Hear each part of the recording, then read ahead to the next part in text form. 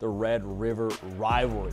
This Saturday, we got Texas and Oklahoma. It's going to be a good one, as it always is. We said it during our early thoughts. I guess it wasn't early thoughts. It was sort of just like let's take a peek at Week 7. And we said delete logic when you look at rivalry games, especially in Texas and OU. So we're going to give you our prediction in this game on our live show on Tuesday, 11 a.m. Eastern, on this very platform, the On3 YouTube channel. So make sure you are subscribed so you don't miss anything.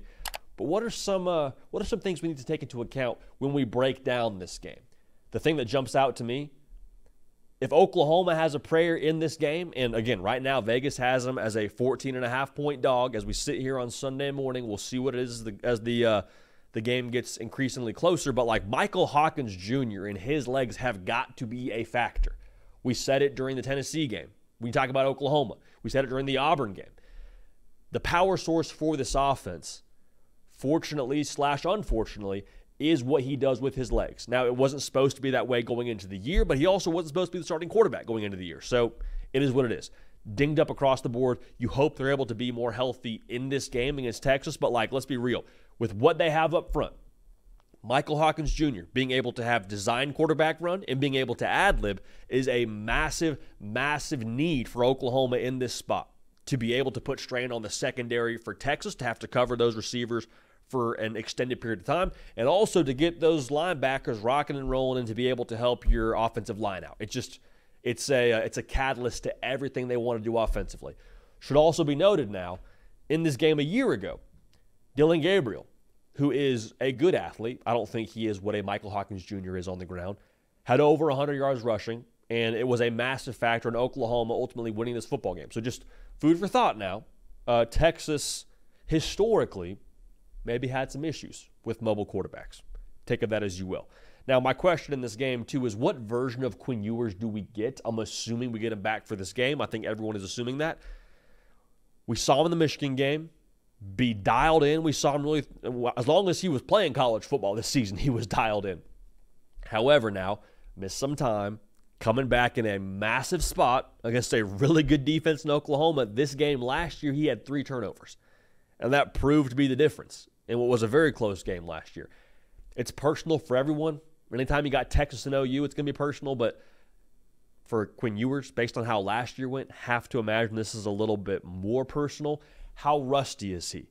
Because it's a tough task to miss some time and then come back in the SEC against anybody. It's a tougher task to come back against your rival in a top 10 defense in Oklahoma with how complex that Brent Venables defense is going to be. I promise you, they will bring pressure.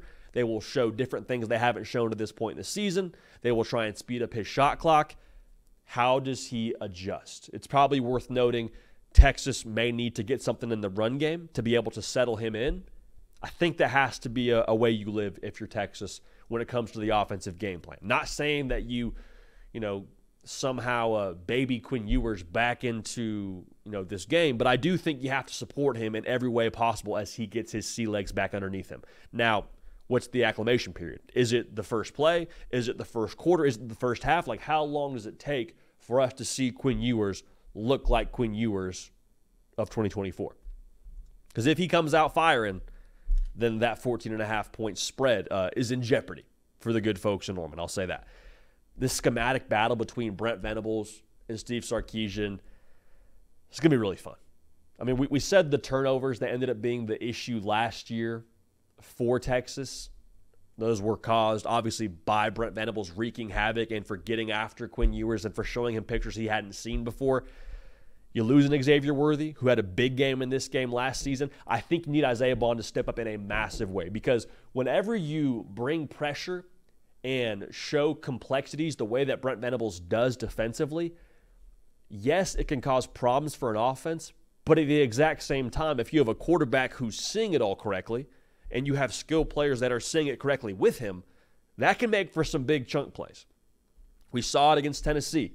Nico Iamaleava saw some holes in the defense, not consistently, but enough for them to be able to score points and get some big chunk plays downfield. If Quinn Ewers can get on the same page with Isaiah Bond, who I think has to be the guy in this game, he's your best receiver, that could be the difference.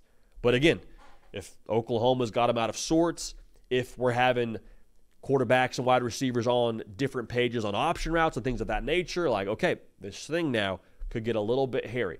That front seven for Oklahoma has got to set the tone and put the game on Quinn Ewers. All right, now, obviously, Quinn Ewers is Quinn Ewers, and he's going to have his say on this thing. He's one of the best quarterbacks in college football. But I think if you're Oklahoma, you want to force them to obvious passing situations. That's everyone in college football, but especially in this spot with what you have in that front seven, with the ability to dial up pressure, with the ability to show some different things to Quinn Ewers when it comes to coverages and pre-snap looks.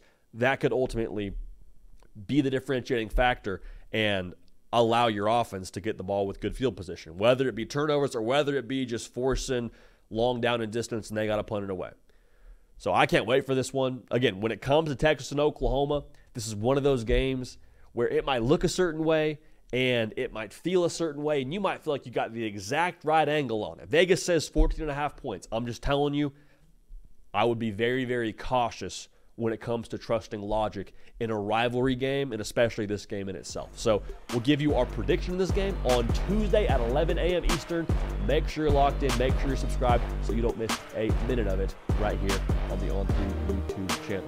We appreciate y'all. We love y'all. We're going to keep this party rolling, and we will see y'all next time.